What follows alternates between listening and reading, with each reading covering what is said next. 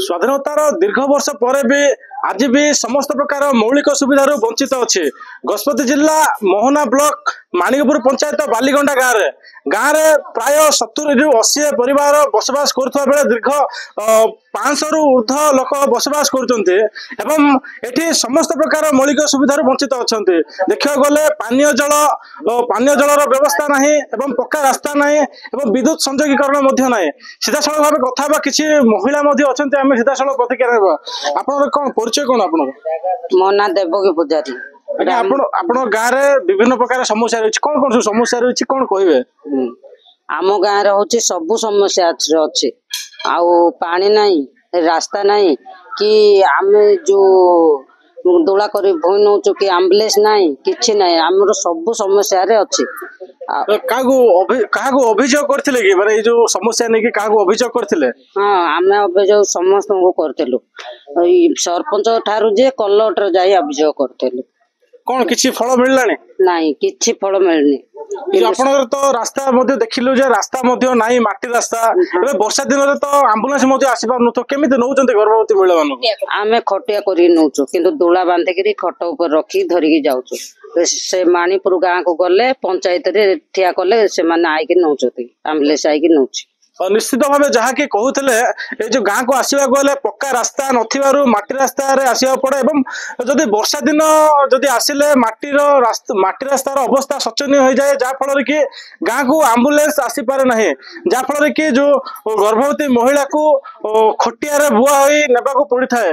ठीक से भाई आम पाखे आउ जड़े महिला अच्छा आम सीधा सड़क प्रतिक्रिया नेबा। आज्ञा आप परिचय कौन आज्ञा?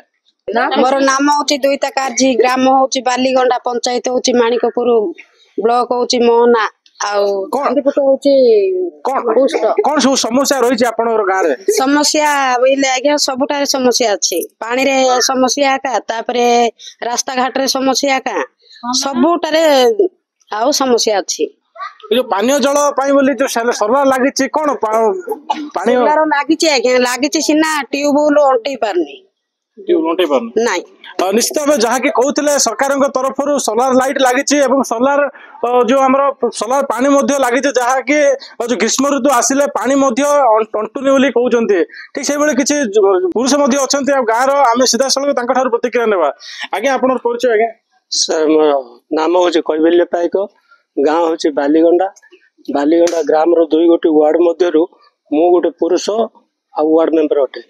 आपनर जो गाँव रे कौन सब समस्या रही जेहेतु एटा गोटे लखारी अभयारण्य मध्य जो गाँटी अच्छे एवं कौन रास्ता समस्या केबे हबो एवं कागो अभियोग करथिले कि? हाँ सर आमे तल स्तर टू ऊपर स्तर पर्यंत कलेक्टर मिनिस्टर लेवल पर्यंत आमे आमर एसएचजी ग्रुप गाँव समस्त भद्र व्यक्ति आमे दाबी पत्र करथिलु।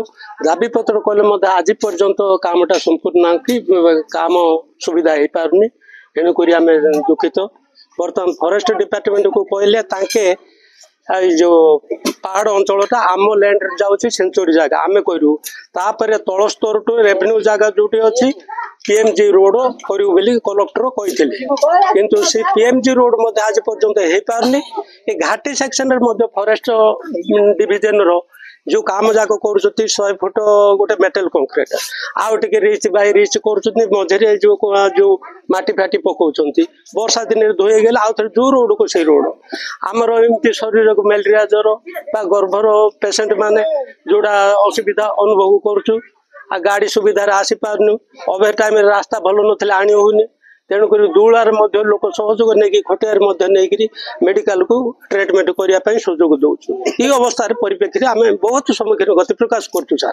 जो समस्या को नहीं कि जो आप निर्वाचन समय तो राजनेता माने जो आसी था प्रतिश्रुति दे था प्रतिश्रुति एमती दे था सर एवं गत योजनार भोट वर्जन करू कहले ना तुम सब किसी करदेबू तुम भोटा कहीं अमूल्य जिनटा को यहाँ हरन आपण मैंने भोट दे दियो भोट देला परे आपण आस्ते आस्ते कार्यक्रम करूँ आम अच्छु आम पछरे तुम थो निश्चय गाँव उन्नति करूँ खाली कही दौन सर मिछ प्रतिश्रुति सार जो कहले बहादुरी हिसाब से कहले सीना कहीं कार्यकारी यहाँ खाली मौकार खाली भोटटा पाइबा जमती आम बड़ लोक हवा आ जनसाधारण भल सार हेले ना गोटे आसन बस पड़े से कौन ये चिंता कर सर कौन सी अधिकारी मानक वीडियो कि तहसीलदार कि जिला परिषद जिलापाल को अभियोग पत्र देइछन्ति कि हाँ सर आम गाँव को आसते जिलापाल को डकईलु सब ताके भी कलेक्टर महोदय फॉरेस्ट डिपार्टमेंट जाकि आमर जो पहाड़ अंचलिया भितर रेवेन्यू जो सेंचुरी जगह अच्छे आम काम करूँ